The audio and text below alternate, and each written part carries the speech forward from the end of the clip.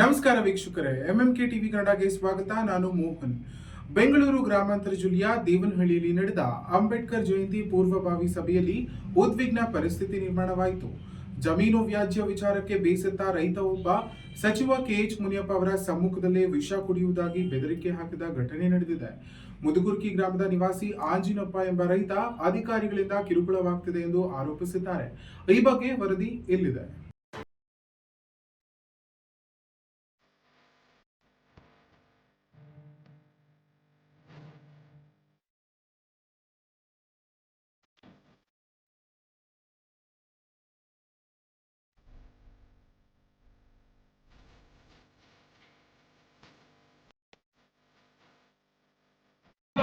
ಆ ತರ ಮಾಡ್ತಾರೆ ಅಂತಕ್ಕೆ ತೊಂದರೆ ಕೊಡ್ತಾ ಇದ್ದಾರೆ ತಾಲೂಕು ಆಫೀಸಿಗೆ.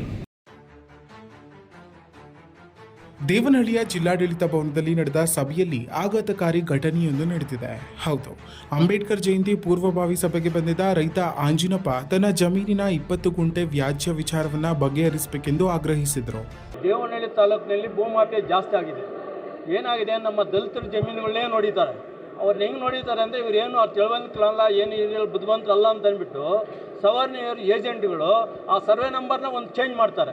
ಆ ಚೇಂಜ್ ಮಾಡ್ತಲ್ಲ ನಮ್ಮ ಪಾಣಿ ಹಿಂಗೆ ಆಗೋಯ್ತು ಅಂತ ಅಂದ್ಬಿಟ್ಟು ತಹಸೀಲ್ದಾರ್ಗೆ ಹೋದರೆ ತಹಸೀಲ್ದಾರ್ ಎ ಸಿ ಹತ್ರ ಕೇಸ್ ಹಾಕ್ಕೊಳ್ರಿ ಅಂತಾರೆ. ತಹಸೀಲ್ದಾರ್ ಹತ್ರ ಎ ಸಿ ಹತ್ರ ಕೇಸ್ ಹಾಕ್ಕೊಡಕ್ಕೆ ಹೋದರೆ ಎ ಸಿ ಅವ್ರು ಏನು ಹೇಳ್ತಾರೆ, ಕೇಸ್ ನಡೆಸ್ತಾರೆ. ಅವರು ಸವರ್ಣಿಯರು ಏನು ದುಡ್ಡು ಇರ್ತದೆ, ದುಡ್ಡು ಕೊಟ್ಬಿಡ್ತಾರೆ. ದುಡ್ಡು ಕೊಟ್ಬಿಟ್ಟು ಅವ್ರ ಪರವಾಗಿ ಆರ್ಡ್ರ್ ಮಾಡಿಸ್ಕೊತಾರೆ. ಆರ್ಡ್ರ್ ಮಾಡಿಸಿದ 3 ದಿವಸಕ್ಕೆ ರಿಜಿಸ್ಟ್ರೇಷನ್ ಹೊಡೆದ್ಬಿಡ್ತಾರೆ. ಬೇರೆಯವ್ರಿಗೆ 3 ದಿವಸಕ್ಕೆ ರಿಜಿಸ್ಟ್ರೇಷನ್ ಹೊಡೆದ್ಬಿಡ್ತಾರೆ. ಇದು 1.5 ಕೋಟಿ 2 ಕೋಟಿ ರೂಪಾಯಿ ಆಸ್ತಿ. ಅವ್ರು ತೊಗೊಳೋದಿಷ್ಟು 1 ಕೋಟಿಗೆ ತೊಗೊಂಡು ವ್ಯವಸ್ಥೆ ಮಾಡಿಬಿಡ್ತಾರೆ. ಇನ್ನು 50 ಲಕ್ಷನ ಅಧಿಕಾರಿಗಳಿಗೆ ಹಂಚಿಬಿಡ್ತಾರೆ. ಅದು ನಮ್ಮ ತಾಲೂಕಲ್ಲಿ 5 ಜನ ಇದ್ದಾರೆ. ನಮ್ಮ ದೇವನಹಳ್ಳಿ ತಾಲೂಕು 5 ಜನ ಇದ್ದಾರೆ.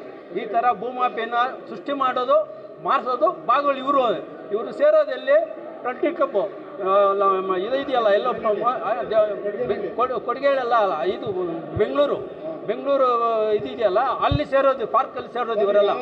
ಈ ವೇಳೆ ಅಧಿಕಾರಿಗಳಿಂದ ಕಿರುಕುಳ ನೀಡಲಾಗ್ತಿದೆ ಎಂದು ಆರೋಪಿಸಿ ವಿಷದ ಬಾಟಲಿನ ಸಭೆಗೆ ತಂದು ಆತಂಕ ಸೃಷ್ಟಿಸಿದರು.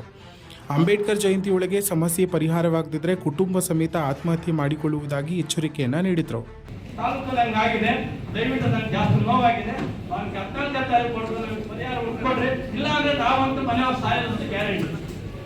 ರೈತ ವಿಷದ ಬಾಟಲು ತೆಗೆದ ತಕ್ಷಣವೇ ಸ್ಥಳದಲ್ಲಿದ್ದ ಪೊಲೀಸರು ತಕ್ಷಣವೇ ಬಾಟಲಿಯನ್ನು ಕಿತ್ತುಕೊಂಡು ಪರಿಸ್ಥಿತಿಯನ್ನು ನಿಯಂತ್ರಿಸಿದರು. ನಂತರ ರೈತನಿಗೆ ಬುದ್ಧಿವಾದ ಹೇಳಿ ಶಾಂತಗೊಳಿಸಲಾಯಿತು. ಈ ಘಟನೆ ಸಭೆಯಲ್ಲಿ ಕೆಲಕಾಲ ಆತಂಕ ವಾತಾವರಣ ನಿರ್ಮಾಣವಾಯಿತು.